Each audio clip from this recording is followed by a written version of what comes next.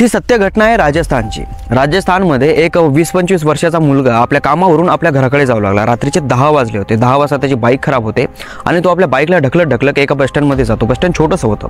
तो एका जागेवर बसलेला असतो। त्याच्याजवळ एक आघोरी टाईप बाबा येतो आणि त्याच्यासोबत बसतो। बसल्याच्या नंतर तो अजीब टाईपने बिडी फोडायला लागतो। हा मुलगा बोलका होता, त्यामुळे याला आपल्यावर कंट्रोल राहिला नाही आणि त्या आघोरी बाबाला हा मुलगा बोलू लागला। बोलता बोलता तो आघोरी बाबा याला म्हणला की एवढ्या संध्याकाळी तू इकडे तिकडे कशाला हिंडतोयस, तू जरा लवकर जात जा कामावरून घरी। भूतपिता असतात बाबा, तुला भूतपितानं धरलं ना झपटलं ना तर तुला अवघड होईल। तर तो मुलगा म्हणतो भूतपिता, हसतो आणि आघोरी बाबाची मजाक उडवतो। आघोरी बाबा म्हणतो ठीक आहे, तुला विश्वास नाही ना, तुला जर विश्वास बसून दिला तर तू काय देशील।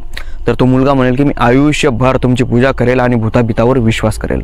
तर आघोरी बाबा म्हणतात की ठीक आहे, काय प्रॉब्लेम नाही, तू चाल माझ्यासोबत। आघोरी बाबा त्याला आपल्या पाठीमागे एक पैदल चालायला लावतात। थोड्या अंतरावर एक स्मशानभूमी होती, एक मसानवाटा होता। त्या मसानवाट्यामध्ये त्याला घेऊन जातात। घेऊन गेल्याच्या नंतर ज्या जागेवर प्रेत जाळलेला असतं, ज्या जागेवर शव जाळलेला असतं, मुर्दा जाळलेला असतो, त्या जागेवर एक राख पेढलेली असते। तिथे त्या राखामध्ये तो आघोरी बाबा, तो महाराज एक खिळा ठोकतो। खिळा ठोकल्याच्या नंतर त्या खिळ्याला एक दोरी बांधतो आणि याच्या हातामध्ये देतो आणि याला म्हणतो थोडी ताणून पकड आणि जोपर्यंत सोडू नको तोपर्यंत मी सोड म्हणेल आणि अगोदर जर सोडलं तर तुझं नुकसान होईल, असं बोलून तो आघोरी बाबा मंत्र पडायला लागतो। मंत्र पडल्याच्या नंतर 4 बत्तासे आपल्या थैलीमधून बाहेर काढतो आणि 4 कोपऱ्यात 4 ठेवतो आणि त्याला म्हणतो की डोळे बंद कर। हा डोळे बंद करतो आणि लगेच आघोरी बाबा त्याला म्हणतात की आता डोळे उघड। हा डोळे उघडतो आणि बघतो तर समोर जे बत्तासे 4 ठेवले होते ते 4ही बत्तासे कोणत्या तरी आत्मा ते बत्तासे खाऊ लागल्या।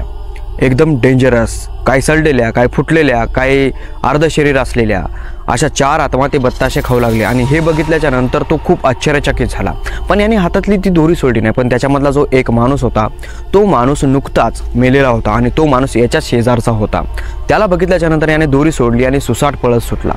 पळत सुटल्याच्या नंतर आपल्या घरी गेला। घरी गेल्याच्या नंतर गप गुणाने झोपी गेला। झोपायच्या अगोदर आपल्या आईवडिलांना सांगितलं की माझ्यासोबत काय काय घडलेलं आहे। त्याचे आईवडील म्हणले ठीक आहे, काय प्रॉब्लेम नाही, तू झोपीचा आरामशीर।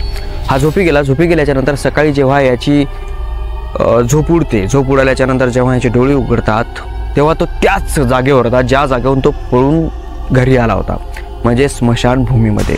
आता हे सगळं याच्यासोबत घडल्याच्या नंतर तो पागल झाला आणि तो अजूनसुद्धा हॉस्पिटलमध्ये ॲडमिट आहे, पागलखान्यामध्ये।